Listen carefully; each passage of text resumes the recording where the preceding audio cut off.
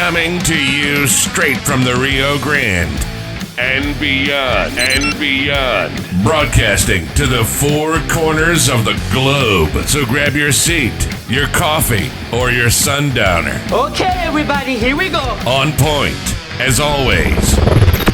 This is Gloves Off. Gloves Off.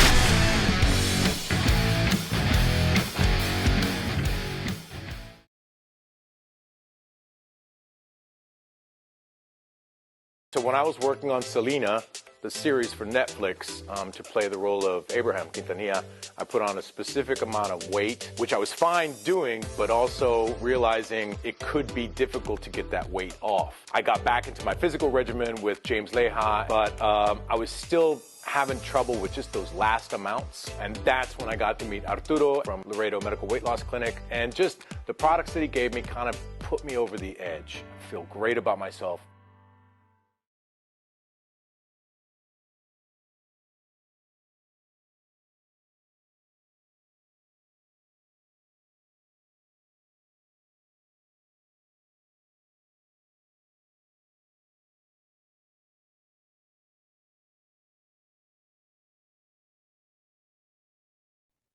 Hello, my friends. We're back in Gloves Off, and today I have a great guest, a great martial artist from Florida, Grandmaster Richard Hackworth, and we're touching base on research who you're training with. And that's a question that's always asked, but it goes not only in the martial art aspect, it goes into personal training, goes into coaching. It just goes everywhere because there's a lot of issues going on right now with training and who and why and where and should I do this or should I do that? What should I train with? Who should I be involved with? So that taking that part in there, we'll go ahead and introduce our guest. How are we doing this morning? You doing good, brother? Yeah, I'm doing great, and I'm glad to be here. It's always a pleasure to be a part of your program. And I think that you're doing a great service to the community in general, not just the martial arts community, but for parents and the safety issues that you cover. It's a real pleasure to be here for those reasons. Thank you. Everybody, like you've had a martial arts school for many years, and many questions are asked as why should we train with you? Why should you train with me? Why should you train at this school? What style, so on and so forth. Is martial arts better than baseball? Should I be in baseball? And now I usually just tell people research before you join. Research what you want. And in many aspects, because there's been a lot of shenanigans going on. And I think we had a conversation with several other martial artists about a couple of weeks ago. And that's why we're doing this podcast to kind of answer that question. And because, as you say, as you were saying, is there's many martial arts schools that are out there. There's many different activities that are out there, and a lot of people just jump into something, and then something occurs, they get injured or what have you, and they frown on everything else that goes on. And if you can elaborate on that, I think it'll be great for our audience. I think, unfortunately, too many people just take the advertising and marketing materials of these businesses at face value, and they fail to do their due diligence and research it, or to even ask their local friends and neighbors, hey, have you heard anything about these people? What's your opinion? Do you know anybody that went there? And a lot of times people want a review on like Google reviews, but unfortunately, things like that can be manipulated because, the business owner and all their friends and family, of course, are going to go in there and leave them 5-star reviews, even though they've never even visited that business. So even review sites, I'm very leery of, unless it's people leaving reviews that I personally know. And when it comes to researching, like, martial arts instructor, a few things you want to look for is that, do they belong to a governing body? Because if they belong to a legitimate organization, they have to abide by a certain code of ethics, and the organization looks into those things. And then in addition to that, you want to look at experience. How long has this person been, a martial arts teacher, a dance teacher, a music teacher, whatever it is they do, and what teaching credentials do they have? Did they have to get a college degree for this, or did they have to go through an internship? Did they have to take an instructor's course? And all of those things are important because there's so much more to learning how to teach something than just done it. Just because somebody was on a state championship level Little League baseball team doesn't mean that they're qualified to coach high school baseball. And in the martial arts, unfortunately, there's a lot of that going on. We'll see people put out there that they're a 5-time world champion. And what they mean is that they went to some world championship event as a green belt when they were 13 years old and they won their division. That isn't what we would consider a legitimately recognized world champion. That's not real in-ring competition experience. It's more of a pay-to-play environment. So I would say those would be the things to start off with first as far as researching a school, and go there and visit a class, watch a class, see how the students and instructors interact. Is the instructor firm, or is he just like over the line actually bullying the students? Things like that. So, and I'm sure that you have a lot on this as well, a lot of thoughts on it. Absolutely. And I like your perception on governing bodies. You have to be involved with a national governing body, a governing body that has some kind of state credentials behind it. And we come from a savate and boxing background, and in USA Savate, as an instructor, you have to take courses that are every 2 years, that you have to be up to par with these courses for you to be a corner. Because remember, USA Savate, just like USA Boxing, it's a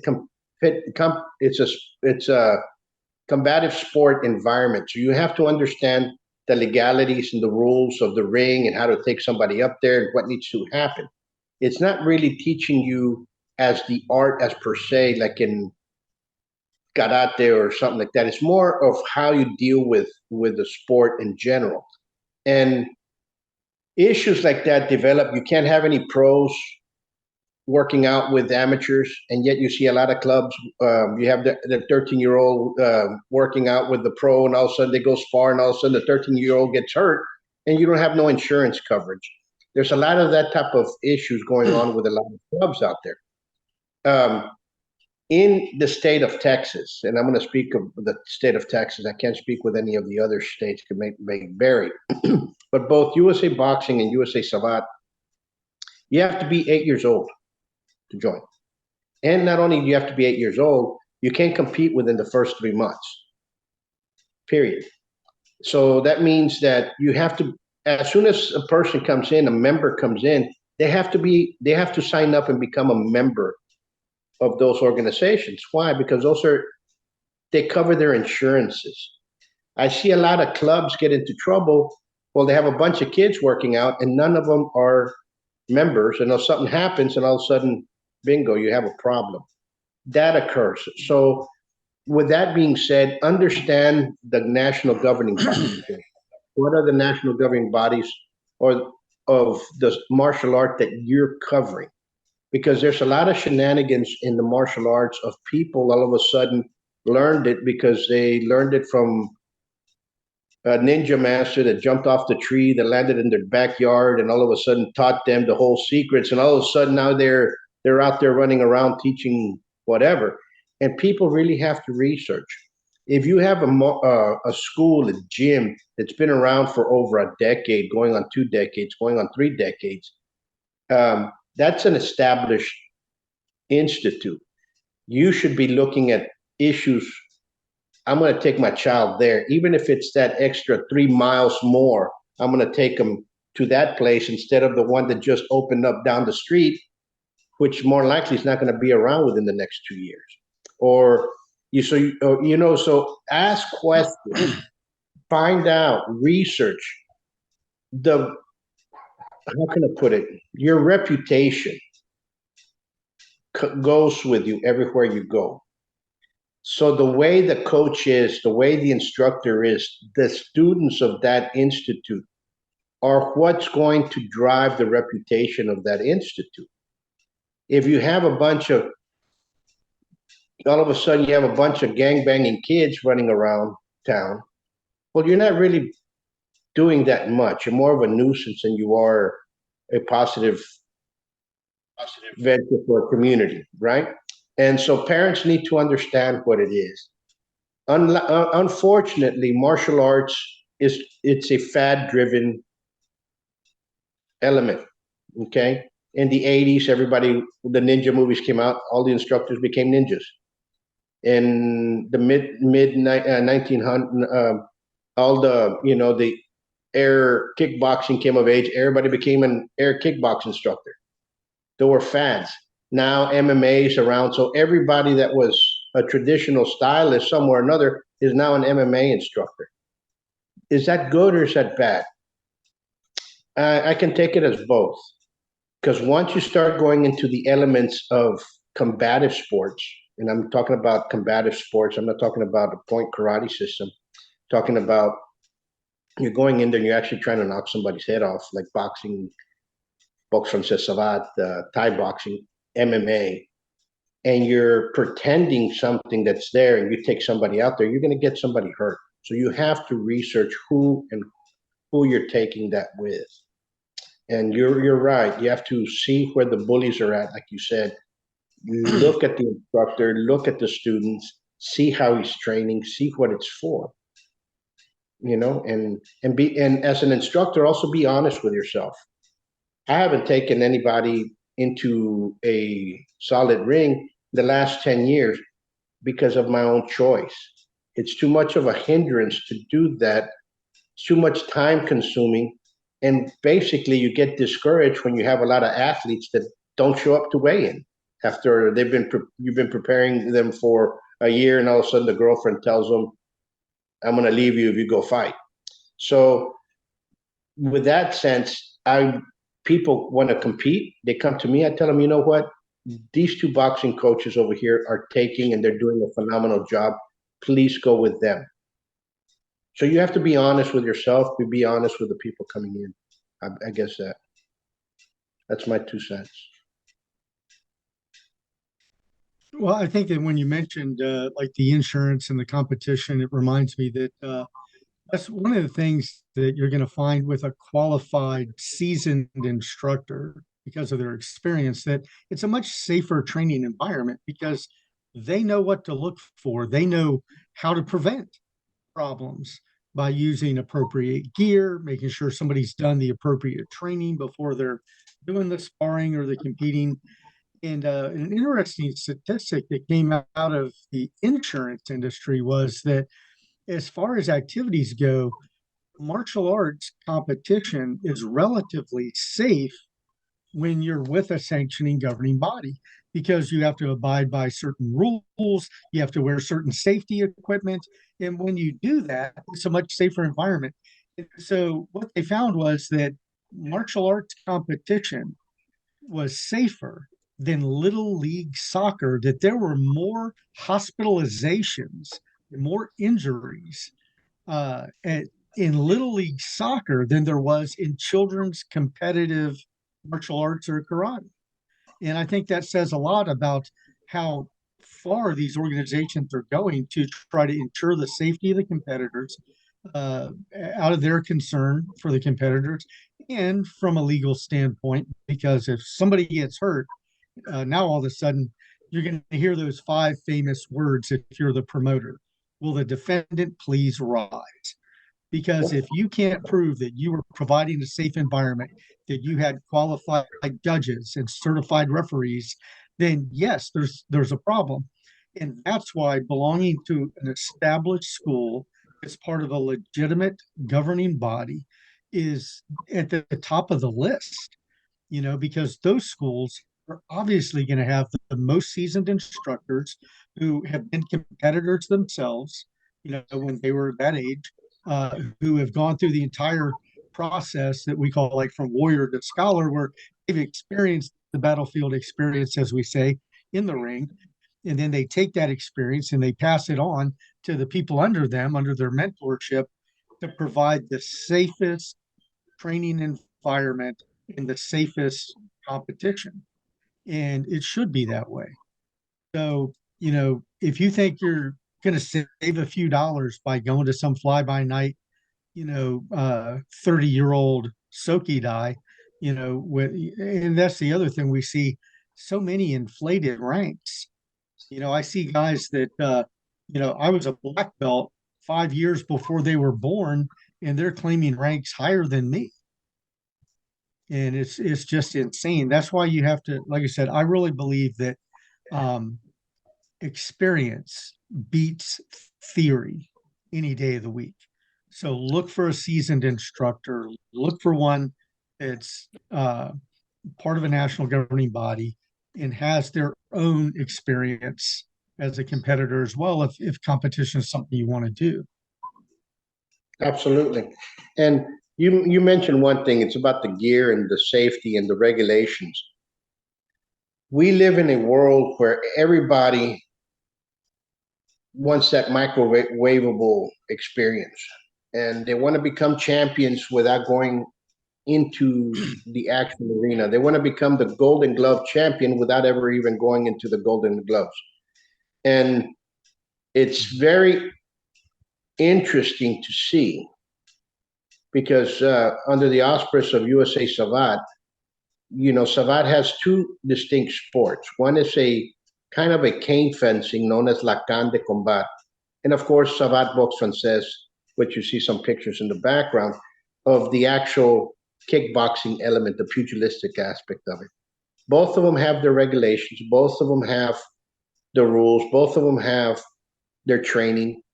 And several years ago, about 2013, 2014, because of a lot of our association with a lot of Filipino stylists and people that do silat, we were all talking about having a friendly competition between the arts, So it took us about a year to design rules, and for safety, everything's for safety. And we called it the Gentlemen's Stick Fighting Coalition. We had tremendous competitions, both state of Texas. I think we had 6 or 7 state of Texas competitions. We had 3 all-American stick fighting championships. And you had to use certain equipment. Everybody that was some kind of assassin with a stick on the internet was saying that they weren't going to join, they weren't going to do this because you weren't training with live sticks and they only compete with live sticks. I go, people, if you compete with a live stick, you're going to be having a lot of people in the grave or a lot of people hurt. This is about a friendly competition of what reality is. If you get hit, that's the end of the story. It's just like fencing. And people do not understand that safety environment. So a lot of people would leave and do their own things, and they'll be getting a regular rattan stick and they'll put foam around it. Oh, somebody got hurt. Oh, I'm not going to compete now because I have a broken arm. You're not associated with us, buddy. Go do whatever you want elsewhere. You know what I'm saying? And people have to realize the danger levels. And it's kind of like when you read the gasoline can, the fuel tank, that your little red one in the back, it says flammable. Take heed of those warnings. It's a reason why you have safety equipment. It's a reason why field hockey has, lacrosse has helmets and so on and so forth. You got sticks running around. That thing hits you, you're going to go down. And people do not understand it, and unfortunately, we have to be careful, not only us, our students and parents out there, and not only parents, people that are out there looking for martial art. You all have to be able to see the difference of what everything is. Ask questions. When you're going into a school, ask the instructor questions. Do you compete? What sanctioning body is it going? Are these sanctioned events? What you're seeing what you're seeing now, especially in Texas, there's a Thai boxing craze throughout the United States. Everybody's doing Thai boxing now because of the MMA craze. Everybody's doing Thai boxing and everybody's fighting every weekend. But yet there's no Thai Boxing Association. The boxing commission's not involved. There's no physician on the side of the ring. They're doing this, but yet they're charging people to watch people go inside and beat each other up. And then, oh, and all the gyms are saying, oh, we're fighting. But when you go there, oh, it's just a sparring match. Oh, we're just sparring. Well, number one, you can't charge for that. You can't do this. There's a lot of legalities that are in there. And people, be careful. People can get hurt. And it just, that's the way it is. I'd rather be safe, hate it and be safe than hate it because you weren't safe. Understand what I'm saying? Absolutely. And I kind of want to make sure that our viewers understand the authority that your words carry, the experience that you have. I mean, I'm sitting here, one of the things I'm reading today is a book by you, and you have a brand new book out that, pretty much establishes you as the authority on your art. And do you have the book handy, or could you tell them a little bit about the book? Yeah, hold on, let me get it. You caught me off guard, but this is my 16th book. Okay, this is the history of the sport of Sabat Boxe Française here in the U.S. as started through the Texas Association, as it went into the first fights, as it went into USA Sabat, as it had all the legalities within the boxing commission. Because to the day, Texas is the only state in the nation that allows for the competition of this combative sport of Sabat Boxe Française. There's no other. And there's other states that want they'll follow through, but there's not enough advancement for them to go through. We had some tremendous. USA Sabat grew from 96 its beginning to about 2006. It just grew in competitions left and right. What basically kind of not destroyed it, was that we were involved in 2 wars. So it depleted the competition generation from USA Sabat. And we had a lot of students that became lieutenant commanders. We had one. We had several others that became airborne rangers. We had many students that came out of USA Sabat membership that serve in our armed services and became good rank, and they're up there in the officer ranks, and we're very proud of them.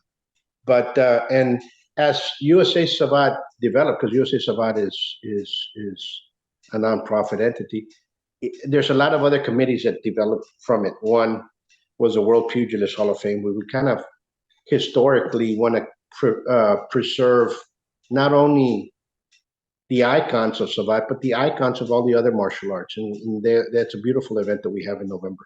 We have people from internationally coming in from all over the world that are involved in that. And as part of that, we also have the Gentlemen's Stick Fighting Coalition that's towards more the stick fighting element. And we also have Lacan committee that's in there. So it has a lot of different committees within USA Sabat, and it's ever growing. The problem with USA Sabat, just like USA Boxing, anybody can join. But if you want to really learn the art, you're going to have to start doing some of the seminars that are around in there and start following and start actually trying to go in there. At one particular time, my brothers, we had a lot of boxing clubs in Texas that liked what we were doing, and there were cross clubs with USA Sabat as well, as USA Boxing as USA Sabat. A lot of individuals in there, which really elevated the technical basis of the element of the practitioners, really, because you had a lot of boxing clubs that were very well established boxing, and you had a lot of their competitors who were competing in USA Sabat as well. It was interesting times. But so that's a history, and hopefully some of the younger guys can take it off, and keep on running with it. But it's that book not only teaches you the history, but it also teaches you the rules and regulations of the sport. and what techniques you can use and so on and so forth. So I appreciate you giving that background. And also, as we're wrapping up now for the end of the show, could you, or maybe even leave in the video description, the email address or some way for people to reach out to you if they're interested in getting the book? sure, I'll put it out there. And thank you for mentioning the Crew to Tribe, because as you well know it, folks, I know many people out there, many colleagues of ours that are struggling with the martial arts, especially after 2020, and things changed in a different fast pace. And if you need you need a guru to lead you go forward. The person that knows all about running a school, marketing a school, that can mentor you is right here with us, which is Grandmaster Richard Hackworth. I'll put his email and his contact information for you to contact him, because he has a lot of ideas on how you can make your school grow forward in a good way. You know, as we talk about reputations and that follow us everywhere, we also have to realize that sometimes a lot of martial art instructors start going into the struggling bit. So when they start going to the struggling bit, all of a sudden they start saying, you know what? If I can make 5 black belts at $500 a pop, or $750 a pop, or $1,000 a pop, and little Billy's mom is going to pay for it, and little Johnny's mom is going to pay for their son to be a black belt, they find it easy to, all of a sudden, they're selling rank. And they're selling rank left and right, but your reputation's also going down. What do you want? Look in the mirror and say, what do you want to be remembered by? You want to be remembered by little Billy is now in high school and he got his rear end handed to him and you're the instructor? Or guess what? Little Billy ended up learning how to fight, ended up going into the armed service or police academy and became an exceptional element into that community. Think about that respect, because that's basically what they're about. Well, I certainly appreciate your support, and I'd like to thank everyone for watching. And I hope that you'll come back and see us again next time. Leave us a comment below as to like where you're watching from, so we kind of know the reach of the show. And we look forward to seeing you next time. Until next, my brother, you stay safe. And folks, you all stay safe and click share if you find it enjoyable. Ask questions, because there's a lot of questions to be asked. And everything's a learning process. And remember, stay positive. Positivity always wins. Remember that. Until next time, you all take care, be safe, and God bless you all.